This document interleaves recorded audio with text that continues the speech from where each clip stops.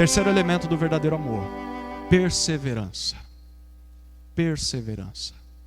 Capítulo 5, versículo 2, até o capítulo 7, versículo 10. Perseverança. Enfim, o encanto da lua de mel passa. E aquele desejo quase que incontrolável pelo sexo, ele começa a se esfriar. E aquele casal acaba caindo em algo que sempre atormentou muitos casais. Eles caem na rotina. Isso acontece com todos os casais. Ah, comigo não vai acontecer. Vai acontecer. Vai acontecer. Você só descobre como o outro é de verdade, não enquanto ele vem até a sua casa com flores, quando ela faz uma declaração para você, quando vocês estão ali no altar do casamento, quando vocês estão na lua de mel tirando selfie na frente da praia. Não, você descobre quem o outro é de fato após a cerimônia, na vida conjugal, no dia a dia. E apesar de cada um de nós ter um jeito diferente, todos somos parecidos em algo. Todos somos pecadores. E o que nós podemos esperar de pecadores, apesar de não desejarmos isso, é o pecado. Pecadores pecam. Pecadores pecam. Isso também aconteceu com Salomão e Sulamita. No capítulo 2, versículo 15, nós lemos algo interessante. Eu vou só passear por ele. Aquele casal diz que havia raposas ou raposinhas atacando as suas vinhas e impedindo que as suas vinhas dessem frutos. O que isso significa? Significa que como raposas do campo destroem uma plantação de uvas e impossibilitam que essa plantação produza frutos, assim também aquele casal tinha pequenas raposas que ameaçavam separá-los e impedir que eles produzissem frutos de amor. E no livro várias raposas, várias ameaças ao amor do casal surgem para ameaçá-los, o que acontece com todo casal. Por exemplo, capítulo 1, versículo 4 é a concorrência. Pessoas mais bonitas, partidos melhores aparecem para minar o amor dos dois. Capítulo 1, versículo 5, a insegurança. Será mesmo que eu sou uma pessoa adequada para ele ou para ela? Tem tantos outros melhores do que eu. Capítulo 1, versículo 7 é a ausência. Eles se separam e eles vivem naquela ansiedade. O que ele está pensando, o que ela está pensando, nós estamos longe, estamos separados. Capítulo 2, versículo 7, a pressa atrapalha. É uma ameaça. Até mesmo a separação física, capítulo 2, versículo 11, é uma ameaça. E talvez nos nossos casamentos essas mesmas ameaças estejam rondando a nossa plantação e podem ameaçar as nossas uniões conjugais. Mas ainda há outras. Nós poderíamos pensar aqui em raposas que atacam os casamentos de hoje em dia. Desejos sexuais desenfreados, em que o homem ou a mulher não se contém. A desconfiança, os ciúmes, o egoísmo, o orgulho, a mágoa, a falta de perdão. Enfim, não importa o que esteja ameaçando o seu casamento, nós deveríamos desejar o mesmo que aquele casal desejou quando viu as suas raposas atacando aquelas raposas atacando a sua vinha. Olha o capítulo 2, versículo 15. A primeira parte. Diante das ameaças, eles dizem assim: apanhai para nós as raposas, as rapozinhas que devastam as vinhas. Eles queriam atacar aquelas raposas.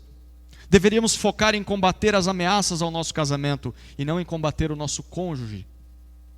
Mas nós podemos reconhecer que nem sempre essas ameaças são tão claras. E nem sempre nós conseguimos combatê-las. Isso também aconteceu com Salomão e a Sulamita. Em uma certa noite, Salomão teve desejo sexual por sua esposa. E ele procura a sua esposa. Porém, a Sulamita já estava quase dormindo e ela rejeita o convite. Ela diz não para ele. E com isso, ele sai do palácio triste, desanimado. E quando ela se deu conta do que havia provocado, a Sulamita se levanta da cama e ela vai atrás do seu marido, mas não encontra o seu marido em lugar nenhum. E depois de sofrer muito com tudo isso, ela se lembra de que conhece o seu marido muito bem. Quando o seu marido ficava triste, ele ia para os jardins do palácio. Então ela corre para encontrá-lo.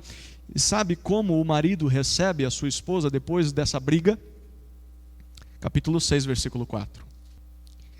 És linda, amada minha. linda como Tirza, bela como Jerusalém, imponente como um exército e suas bandeiras. O que Salomão está fazendo aqui? Em uma linguagem toda peculiar, ele elogia sua esposa e ele se reconcilia com ela. Ambos se arrependem de terem reagido pecaminosamente ao que o outro fez. Ambos pedem perdão e se perdoam. Queridos, que coisa fantástica. E sabe o que vem depois disso? Adivinha. Conta para ninguém, casais casados, o que vem depois de uma bela de uma briga, de uma boa de uma apaziguada dessa briga. Não precisa falar baixo não, porque está no livro, é sexo. Sexo. Porque olha o que o livro diz.